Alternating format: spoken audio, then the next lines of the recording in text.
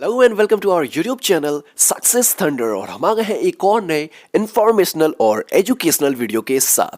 Hello everyone, welcome to our YouTube channel Success Thunder. तो आज हम लोग एक नहीं एक्चुअली दो हम लोग स्क्वायर बेस्ड पजल सॉल्व करेंगे। एक क्वेश्चन, पहला क्वेश्चन ये है, इसका आप स्क्रीनशॉट ले लीजिए। ठीक है, तो दो क्वेश्चन सॉल्व करेंगे। आप एक बार अपने से सॉल्व करके कोशिश करना कि सॉल्व हो जाए आपसे से कम समय में सॉल्व हो। और उसके बाद आप एक बार वीडियो देखना, उसके बाद आप अपने और वीडियो में दोनों की आप टाइमिंग को देखना कि कौन से टेक्निक से आपको कम टाइम लग रहा है। तो जो भी टेक्निक से आपको कम टाइम लग रहा है आप वही फॉलो करें, क्योंकि हमें एग्जामिनेशन में कम से कम टाइम में करना है, तो इसलिए हम लोगों को डिफरेंट टेक्निक्स ढूंढनी पड़ेगी। अच्छा, और हाँ, वीडियो को अभी तक अगर आपने चैनल को सब्सक्राइब नहीं किया है तो प्लीज़ सब्सक्राइब करें चैनल को, वीडियो को लाइक करें, शेयर करें, जितना ज़्यादा से ज़्यादा हो सके। चलिए क्वेश्चन करना शुरू करते हैं। तो आई होप आपने स्क्रीनशॉट ले लिया होगा। तो आइए लाइन बाय लाइन क्वेश्चन को पढ़ना शुरू करते हैं और धीरे धीरे करके सॉल्व करते हैं।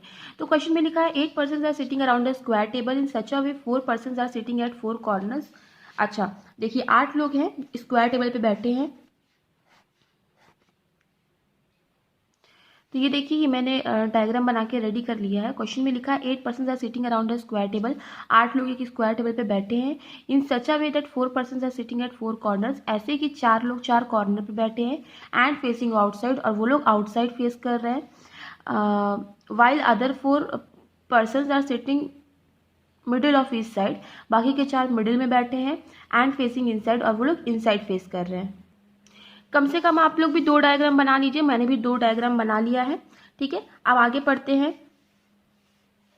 Q sits third to the right of R। R के थर्ड राइट पे कहीं ना कहीं Q आता है। ठीक है, Q sits third to the right of R।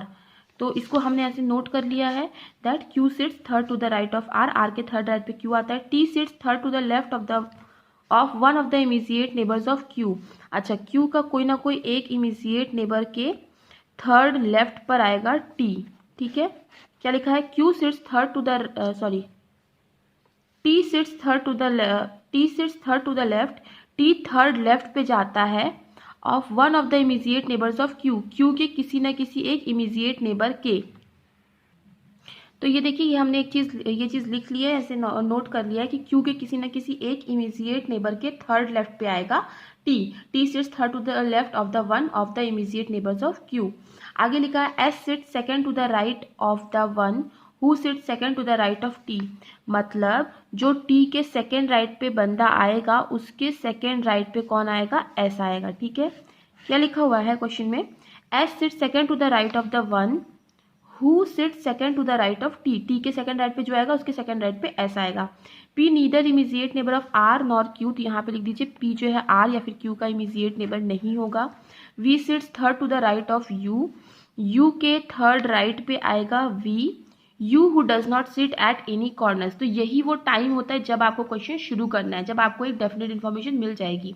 तो क्या बोला? You who does not sits at any corner, you कभी भी किसी कॉर्नर पे नहीं बैठा। तो यू मान लो कि कॉर्नर पे नहीं बैठा है, वो मिडिल पे बैठा होगा, right. V sits third to the right of U who does not sits at any corner, तो यू मतलब मिडिल पे बैठा है और यू के थर्ड राइट पे वी है। ठीक है, तो 1 2 3 वी यहीं पे आएगा। And W sits second to the left of V के सेकेंड लेफ्ट। अब वी क्या है? आउटवर्ड फेसिंग है, तो वी का सेकेंड लेफ्ट यहाँ पड़ेगा, तो वी के सेकेंड लेफ्ट पे आ जाएगा डब्ल्यू। तो देखिए आपकी ये वाली कंडीशन जो है, ये वाली पॉसिबिलिटी ये सॉल्व हो गई है। तो अब देखिए हमने सारे के सारे पॉइंट नोट कर लिए। अब हमें इस क्वेश्चन को पढ़ने की जरूरत नहीं, अब हम यहीं से अपने पजल को सॉल्व कर लेंगे। तो अब यहाँ से हम लोगों को देखना है कि कैसे हम लोग क्वेश्चन को सॉल्व कर सकते हैं। ठीक है, आर क्या लिखा हुआ है क्वेश्चन में कि आर के थर्ड राइट पे आएगा क्यू।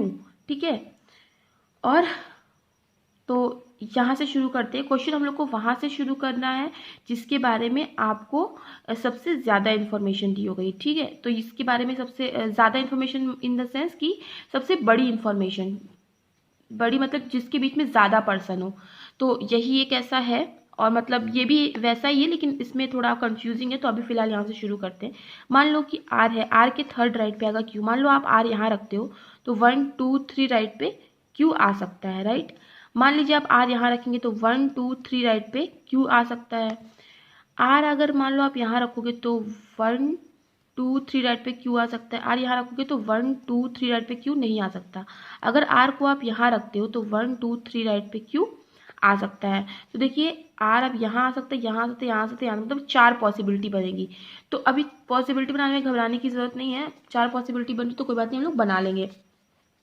तो बस आपको फटाफट से प्रोफोर्मा बनाना होगा, क्योंकि पॉसिबिलिटी बनाओगे जितनी जल्दी उतनी ही जल्दी पॉसिबिलिटी एलिमिनेट भी होती है।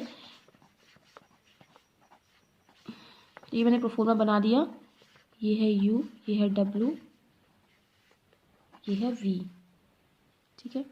ये है U, ये है W, ये है V, ये है U, ये है W, ये है V, ठीक है। क्योंकि क्वेश्चन में ऑलरेडी लिखा है कॉर्नर्स वाले जो है आउटसाइड फेस करेंगे और मिडिल वाले जो है इनसाइड फेस करेंगे। तो कॉर्नर वाले आउटसाइड फेस करा दिया मैंने, मिडिल वालों को इनसाइड, ठीक है। अब आर के थर्ड राइट पे क्यू, तो एक बार आप आर यहाँ रखोगे, एक बार आप आर यहाँ रखोगे, राइट।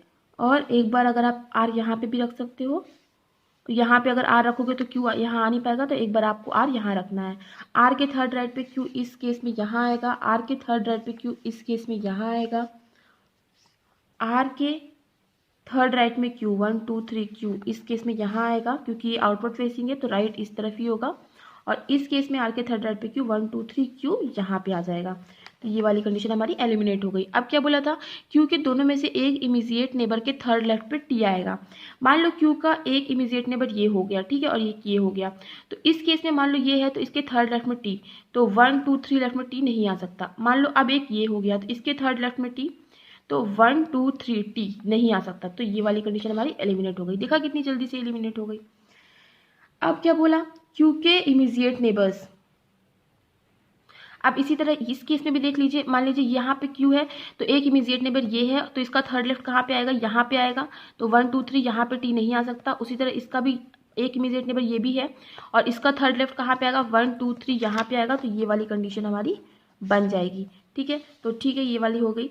अब यहाँ पे देखते हैं, मान लीजिए क्यू को आपने यहाँ रखा है तो एक इसका इमीजिएट नंबर ये है, इसका थर्ड लेफ्ट 1 2 3 यहाँ आएगा, तो यहाँ पे तो नहीं हो सकता। और एक इमीजिएट नंबर ये है, इसका थर्ड लेफ्ट कहाँ जाएगा, 1 2 3 यहाँ पे आएगा, तो एक इमीजिएट टी यहाँ पे हो सकता है, ठीक है।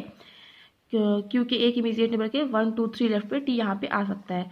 इस केस में देखिए, एक तो ये है तो इसका थर्ड लेफ्ट कहाँ पे जाएगा, 1 2 3 यहाँ आएगा, तो यहाँ पे टी नहीं हो सकता। इसका थर्ड लेफ्ट कहाँ पे, 1 2 3 यहाँ पे आएगा, तो यहाँ पे हो सकता है, ठीक है।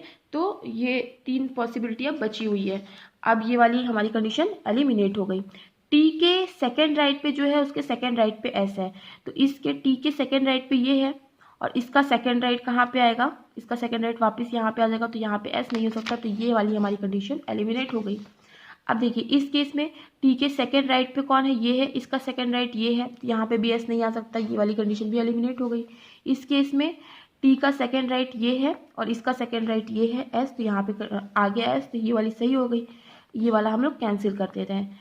पी और पी ना तो आर का नेबर होगा ना तो क्यू का नेबर होगा। पी के लिए वैसे भी केवल यही एक जगह बची है, तो पी ना तो आर का नेबर हुआ ना तो क्यू का नेबर हुआ। तो ये वाली कंडीशन हमारी बिल्कुल सही बनी है। ये वाली कंडीशन भी सॉल्व हो गई, तो ये पॉसिबिलिटी बिल्कुल सही बनी है। समझाने में थोड़ा टाइम लगता है, लेकिन जब आप खुद से सॉल्व करोगे, इस टेक्निक से सॉल्व करोगे, तो मुश्किल से 3 मिनट में आपका पजल सॉल्व हो जाएगी। तो आइए चलते हैं अपनी नेक्स्ट पजल की ओर। तो ये हमारा एक नेक्स्ट पजल का क्वेश्चन है, आप इसका भी एक स्क्रीनशॉट ले लीजिए और फिर हम लोग इसको भी बनाना शुरू करते हैं। चलिए क्वेश्चन को पढ़ना शुरू करते हैं। क्वेश्चन में लिखा है 8 friends are sitting around a square table in such a way 4 of them sit at 4 corners while 4 of them sit at the middle of the 4 sides, ठीक है। तो मतलब 8 लोग हैं, कंपैरेटिवली सिंपल है ये पजल। 3 पॉसिबिलिटी अभी ले लेते हैं, ज़रूरत पड़ेगी तो और ले लेंगे। 8 लोग हैं जिसमें 4 लोग कॉर्नर पे बैठे हैं, 4 लोग मिडिल पे बैठे हैं, ठीक है। 8 friends are sitting around a square table such a way 4 of them sit at 4 corners while 4 at the middle of each of 4 sides. यहाँ पे कोई फेसिंग नहीं दी है तो हम लोग, अच्छा दी हुई है, the one who seat at the corners face the centre. Corner वाले जो है सेंटर फेस कर रहे हैं। The one who seat the corners face the centre, one who seat at the middle face outward. Middle वाले जो है out face कर रहे हैं, ठीक है। तो कॉर्नर वाले सेंटर में फेस करेंगे, कॉर्नर वाले सेंटर में फेस करेंगे और मिडिल वाले जो है वो आउट को फेस करेंगे, but not necessarily in the same order, ज़रूरी नहीं इसी क्रम में हो। F sits third to the left of C, तो इस चीज़ को अभी यहाँ पे फिक्स हम लोग कर सकते हैं। कैसे, देखिए, F sits third to the left of C and C faces outward, मतलब C आउटवर्ड फेस कर रहा है और C के थर्ड लेफ्ट पे F आएगा, तो 1 2 3 C के थर्ड लेफ्ट पे F यहीं पे आ सकता है, ठीक है।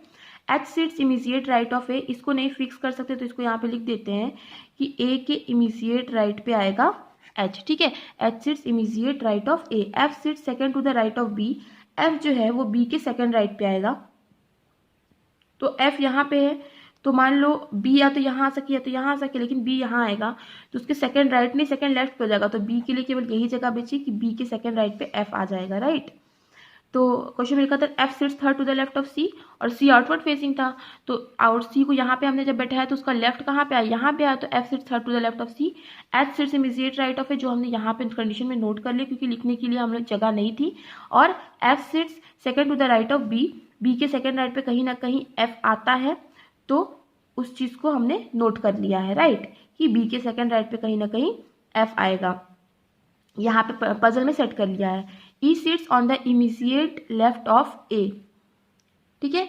E sits on the immediate left of A के इमीजिएट लेफ्ट में कौन आता है, E आता है, तो ये भी हमने नोट कर लिया, A के इमीजिएट लेफ्ट में E आ जाएगा। D is not immediate neighbour of H, D जो है वो H का नेबर नहीं है, इसको भी हम नोट कर लेते हैं।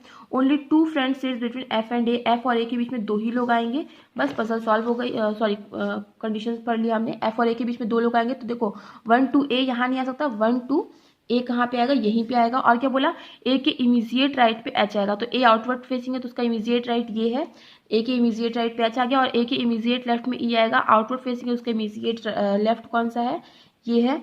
और क्या बोला कि D और H कभी साथ साथ नहीं बैठेंगे, तो मतलब H के बगल D नहीं बैठेगा, तो H के बगल यहाँ पे D बैठ जाएगा। और कितने लोग थे, केवल G का अरेंजमेंट बच गया, तो G यहाँ पे आ जाएगा। देखिए हमें एक ही पॉसिबिलिटी में हमारी क्वेश्चन सॉल्व हो गई, तो काफ़ी आसान सा क्वेश्चन था। इसके पहले वाला थोड़ा ज़्यादा ट्रिकी था, और दोनों ही प्री लेवल के क्वेश्चन थे, प्री में आ सकते हैं, मेंस में भी इस टाइप के क्वेश्चन आ सकते हैं, एक आध वो बढ़ा देगा, एक आध पैरामीटर बढ़ा देगा। तो ठीक है, इस टाइप के क्वेश्चंस की प्रैक्टिस आप लोग करते रहिए, अच्छे अच्छे क्वेश्चंस हैं। और वीडियो अगर आप पहली बार देख रहे हो तो चैनल को सब्सक्राइब ज़रूर कर दो यार, और जितना ज़्यादा से ज़्यादा हो सके वीडियो को शेयर करिए। सो मिलते हैं अपनी नेक्स्ट वीडियो में। Thank you so much for watching. Subscribe to our channel by clicking the subscribe button.